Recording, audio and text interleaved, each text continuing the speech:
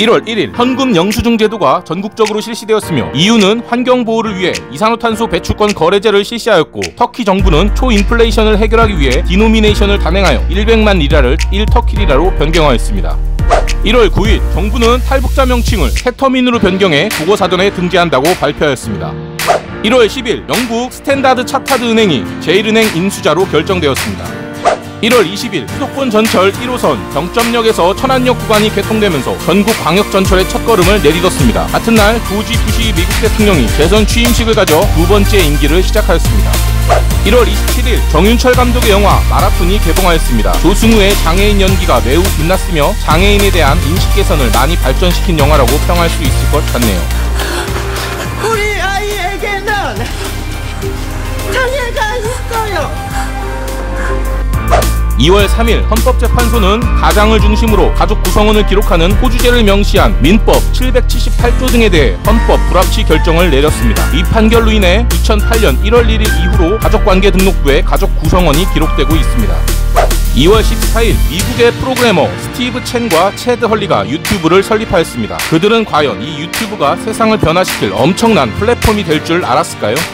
2월 22일 유명 탤런트 이은주가 자택에서 숨진 채로 발견되었습니다. 당시 너무 아름다웠던 여배우의 죽음에 많은 사람들이 충격을 받았습니다. 3월 3일 건설교통부는 국내 자동차 등록 대수가 1,500만 대를 돌파했다고 발표하였습니다. 같은 날 버즈의 2집이 발매되었으며 대표곡 겁쟁이가 큰 인기를 끌게 됩니다.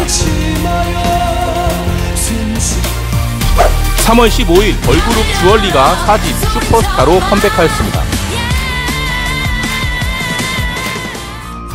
3월 29일 박상철의 무조건 앨범이 발매되었습니다. 트로트 열풍을 일으키는 또 하나의 노래가 탄생하였죠. 4월 1일 서울지법 파산부와 메릴린치 증권은 참이슬 등의 소주로 유명한 진로의 매각 우선 협상 대상자로 하이트 맥주 컨소시엄을 선정하였습니다. 그 결과 현재는 하이트 진로가 되었죠. 4월 2일 도황 요한 바오로 2세가 선종했습니다.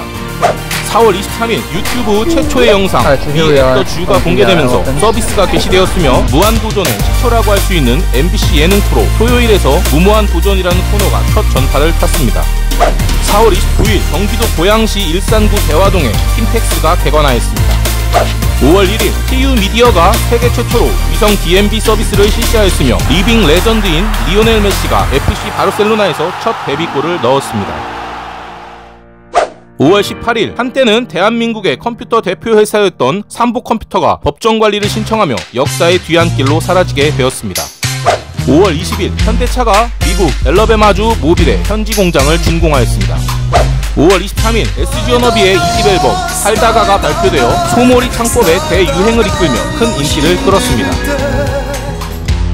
6월 1일 내 이름은 김삼순이 첫 전파를 탔습니다. 노처녀 김선아와 재벌 현빈의 연상연하 로맨스 드라마로 당시 많은 인기를 끌었었죠. 6월 14일 김우중 전 대우그룹 회장이 해외 도피 5년 8개월 만에 귀국했습니다. 대검 중수부는 김우중 전 대우그룹 회장을 분식 회계 등의 혐의로 구속 수감하였습니다. 6월 19일 새벽 2시 30분경 경기 연천군 육군 28사단 530GP 내무반에서 김일병이 수류탄을 던지고 총기를 난사하여 장병 8명이 숨지는 안타까운 사건이 발생했습니다. 김일병은 사형을 선고받았습니다. 제가 2005년 4월에 연천에서 전역했기 때문에 이때의 충격이 좀 더 컸던 기억이 있네요. 6월 22일 축구선수 박지성이 네덜란드의 PSV 아인트호벤에서 잉글랜드 프리미어리그 최고의 구단 맨체스터 유나이티드로 이적하였습니다. 7월 1일 주 5일 근무제가 전국적으로 실시되었습니다. 지금은 당연한 5일 근무제가 2005년에 시행된 것이었네요. 같은 날 공전의 히트를 기록하는 김종국의 3집이 발매되었으며 대표곡이었던 제자리 걸음은 2005년 SBS와 KBS에서 가요대상을 수상합니다. 7월 2일 인류국가추진운동본부 등 4개 단체가 전재산 29만원을 신고한 전두환을 민사집행법 위반 혐의로 고발하였습니다. 7월 17일 경찰청은 남영동 보안분실을 29년 만에 폐쇄시켰습니다. 7월 30일 인디밴드 카우치와 스파이키 브레치 멤버 각각 2명이 MBC 음악캠프의 생방송에서 럭스와 공연 도중 알몸을 노출하는 방송사고를 일으켰습니다.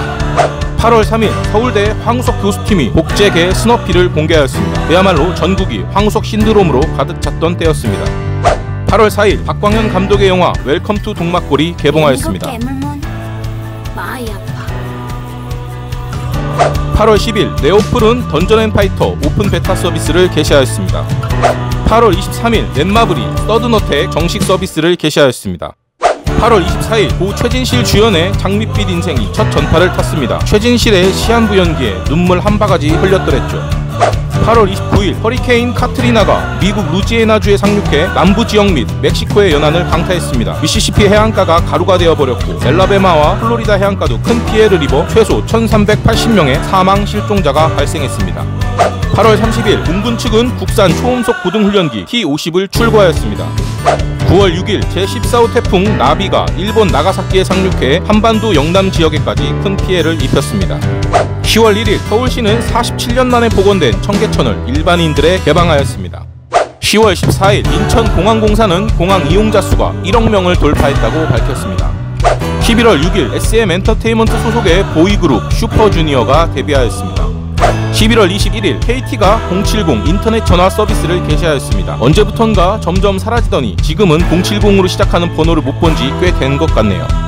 11월 22일 MBC에서 PD수첩 황우석 신화의 난자 의혹 편이 방영되면서 파문이 일었습니다. 줄기세포를 통해 난치병을 고치고 휠체어를 탄 사람을 일으킬 것처럼 국가와 방송에서 글을 띄워주었으나 논문 등 대부분이 조작인 것으로 드러나게 되며 황우석 신화는 막을 내리게 됩니다. 같은 날 독일 하원은 앙겔라 메르켈 기민당 총재를 신임 총리로 선출하였습니다. 12월 29일 천만 영화가 되는 왕의 남자가 개봉했습니다. 이 영화로 이준기라는 걸출한 신인이 탄생하게 되죠.